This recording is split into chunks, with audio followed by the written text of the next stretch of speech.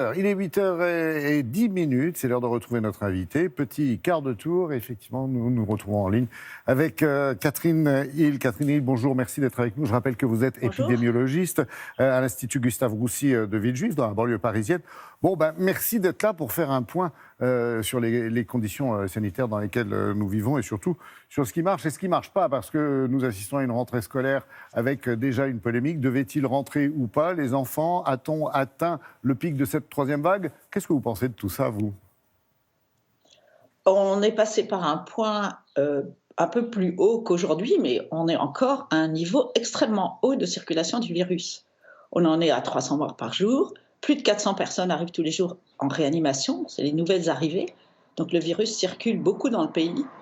Et franchement, rouvrir les écoles dans ces conditions me paraît plus qu'une mauvaise idée. Donc, manque de vigilance, manque d'anticipation, qu'est-ce qui s'est passé? Mais de toute façon, on ne cherche pas les gens qui sont positifs avant qu'ils aient des symptômes pour les Mhm. isoler. Donc on laisse le virus circuler. Le virus circule, il circule dans toutes les classes d'âge, il circule chez les enfants, il circule chez les adultes. Si on ferme, on va faire 400 000 tests cette semaine, dit-on. On va faire 400 000 tests, il y a 6 000 enfants en primaire.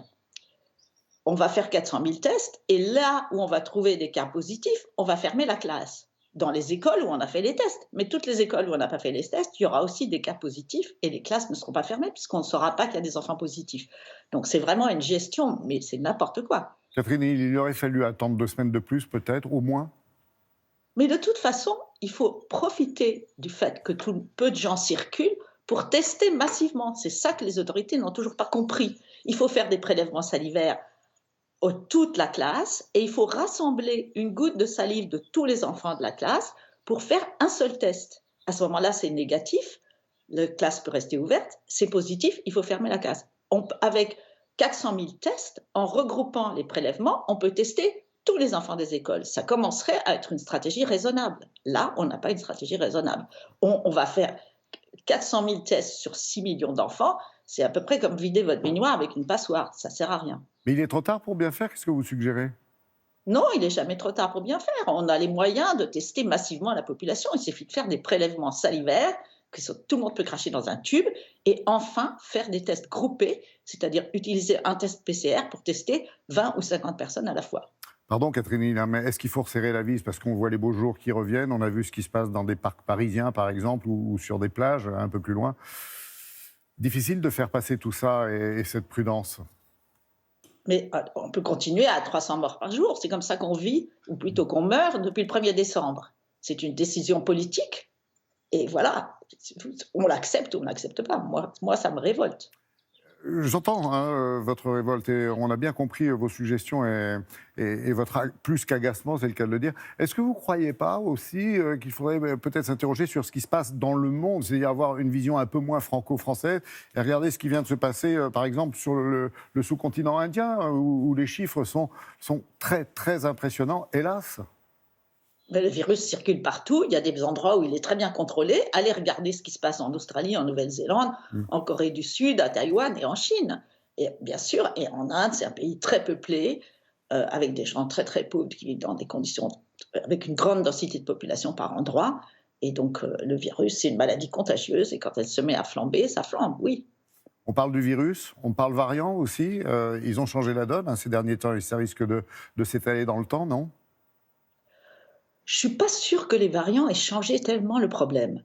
Le variant anglais étant plus contagieux, a progressivement occupé le terrain en France. Je ne pense pas qu'il soit plus grave en réalité.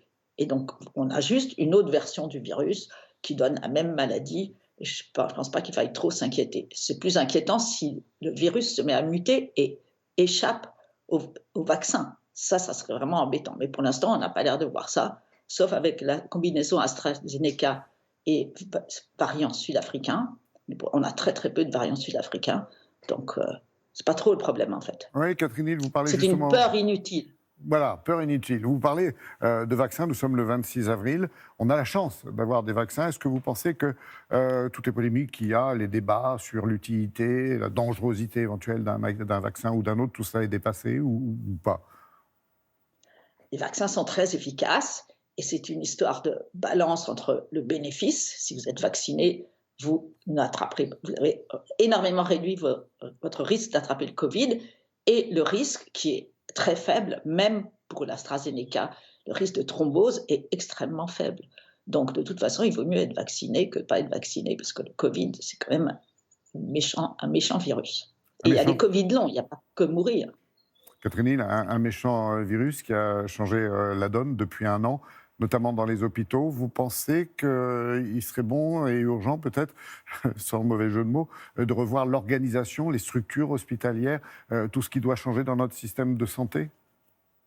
Ça dépasse tout à fait ma compétence Hmm. d'épidémiologiste qui travaille dans son J'ai bureau tenté ma avec un chance. ordinateur. Oui, non, je suis pas l'organisation hospitalière, c'est pas du tout mon truc. Non, ce dont on s'est rendu compte aussi, c'est qu'aujourd'hui, on parle toujours de ceux qui sont en première ligne, qui sont sur le front. Vous en faites partie comme tant d'autres. Mais il y a de plus en plus de professions, surtout qu'il y a un certain ras-le-bol, pardonnez-moi l'expression, on l'a vu dans les différents journaux, de ceux qui sont astreints au télétravail, qui ont envie de revenir sur le terrain économique et social. Vous pensez qu'il est encore trop tôt pour se permettre certaines libertés et un retour à la vie d'avant? Mais il n'en est pas question. Regardez les indicateurs. Avec 300 morts par jour et 400 personnes qui arrivent, plus de 400 personnes qui arrivent chaque jour en réanimation, le personnel hospitalier est épuisé. Les gens vont quitter l'hôpital et trouver d'autres boulots parce qu'ils sont complètement marre de ces conditions de travail. C'est vraiment un peu tragique ce qui se passe. Comment vous vivez au quotidien? Vous me parlez de votre laboratoire. Vous êtes, j'allais dire, face à cette maladie, face à cette pandémie. Vous arrivez à être optimiste? Moi, je travaille chez moi dans des bonnes conditions. Je réfléchis, j'étudie, je lis. J'ai des interlocuteurs très intéressants, des gens qui m'aident, des spécialistes des virus, des tests PCR. Et c'est très intéressant tout ça. Au niveau international, ça s'organise, on se parle, bien sûr, j'imagine, plus que d'habitude? Je ne suis pas tellement dans un circuit Mm. international, non. Mais d'autres le sont, oui. Merci en tous les cas d'avoir apporté votre témoignage. C'était important de vous entendre, Catherine Hill. Merci d'avoir été avec nous sur le plateau de Télé Matin aujourd'hui pour faire ce point nécessaire sur cette crise sanitaire. Et ce 26 avril, jour de reprise pour certains élèves, 6 millions quand même, effectivement. On a compris votre colère. Merci, à bientôt et passez quand même une bonne semaine.